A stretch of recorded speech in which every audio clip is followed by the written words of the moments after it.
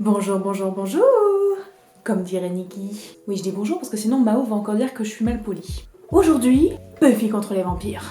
Non, non, non, non, non, non, non, non, non. Car au cas où vous ne le savez pas, nous avons un tarot Buffy contre les vampires. Bon, si vous êtes là, j'espère que vous connaissez au moins la série parce que bon, c'est une tuerie.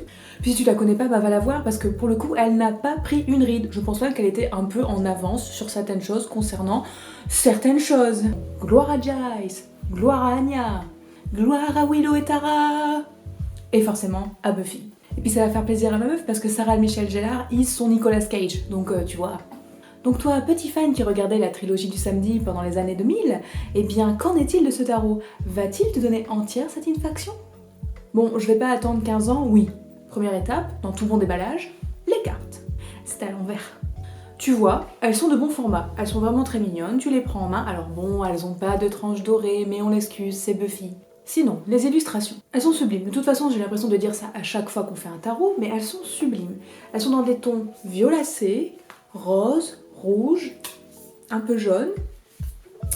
Ce sont les dominantes de ce jeu de tarot.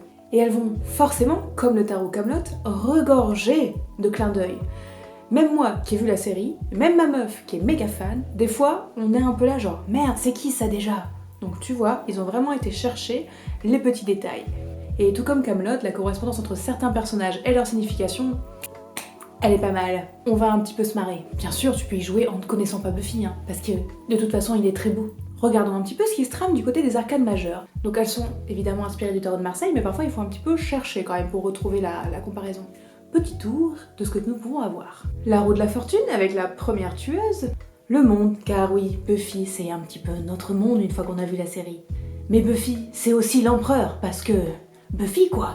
Notre papa de tous, Saint-Gilles. Bon bah voilà, vous l'avez, la carte LGBT, les amoureux. Trop mignonne. Et puis best couple ever, hein. Spike, Spike, Spike. La magicienne, le battleur, Willow. La tempérance, Joyce, big up Joyce. La lune, Face. La tour, j'aime beaucoup cette carte aussi. Alors, comprendrez-vous la référence? Bon, je vous spoil pas, hein, mais ceux qui comprendront, ils comprendront. Et voilà une de mes correspondances entre une signification et un personnage favori, le jugement, Anya. Donc voilà de très jolis arcanes majeures avec des personnages fabuleux.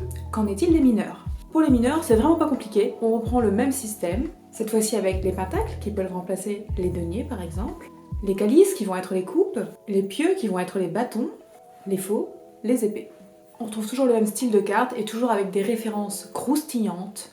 Vous pourrez pas vous empêcher d'avoir un petit peu de nostalgie en regardant ces cartes quand même. T'as vu, je fais différentes échelles de plans. Le 10 de faux. Ça c'est l'épisode où ma meuf elle pleure. Le 3 de faux. C'est aussi l'épisode où ma meuf elle pleure. Giles en roi de calice, parce qu'on n'a jamais assez de Giles. Le valet de calice, ce gentil démon. Le 9 de calice, de l'épisode musical, meilleur épisode au monde. Alors, qui reconnaît l'épisode? Le 9 de pieux, Spike, son âme, popopo. Le 7 de pieux avec 2 Buffy. Qui comprend? Celle-là, juste parce qu'elle est jolie. Dark Willow is dark. Alors lui avec ma meuf on l'appelle Flamby, parce que c'est quand même le pire petit copain de Buffy. Flamby. Bon, on va finir quand même par Giles et Buffy, parce que bon... Giles et Buffy. Et celle-là, qui la connaît? Voilà pour les cartes. Qu'en est-il du guide? Petit guide, Hachette. C'est Hachette aussi qui a fait le Camelot. Ils sont en train de faire en ce moment pas mal de tarot, un peu comme ça, un peu édition pop culture, geek life. Au début, toujours un petit récap sur les arcanes, mais les textes sont assez drôles. Et là, nous avons un petit récap sur les 4 suites. Pas mal, c'est rare que je vois ça dans les petits carnets. Et chaque description va, comme pour le tarot Camelot, avoir une petite partie avec une référence au personnage, à l'épisode. Par exemple ici, dans l'esprit de Rupert Giles, règles, actions et attentes quant à la façon dont on doit interagir avec le monde sont toutes extrêmement claires.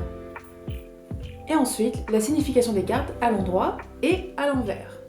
À la fin, des petits chapitres sur comment tirer les cartes, puis des petites idées de tirage avec toujours des références à Buffy, comme là, le tirage, l'élu de la prophétie. Et quelques notes sur les auteurs. Oui d'ailleurs, l'autrice Casey Jelly et l'illustrateur Carl James Montford. Montford? Woodford. Voilà, celui-là, il est pas très compliqué. Puis là, bon, vous commencez à comprendre les systèmes, de quoi est foutu un tarot, tout ça, tout ça. Ça va aller, je récapitule pas, on est bien. Tarot Buffy, petit coup cœur, il est magnifique. Si vous adorez la série, foncez. Si vous n'aimez pas la série, eh ben, mettez-vous-y déjà, qu'est-ce que vous foutez? Agréable à jouer, carte très bien foutue, illustration magnifique. Que du bonheur. Et si vous n'aimez pas Buffy, bah... je vous juge. Je vous juge de ouf. Voilà, donc prochain tarot, je pense que ça va être le Tilly Walton. En fait, ça fait 2 fois que je tourne le Tilly Walton, mais la première fois, j'ai pas su aligner 2 mots sans faire des et donc bah. Et la deuxième fois, j'avais une tronche de dépressive. On dirait que je suis en pleine dépression et que je vous raconte des choses.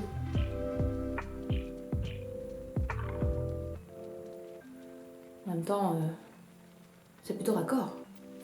Allez, bisous, à la prochaine.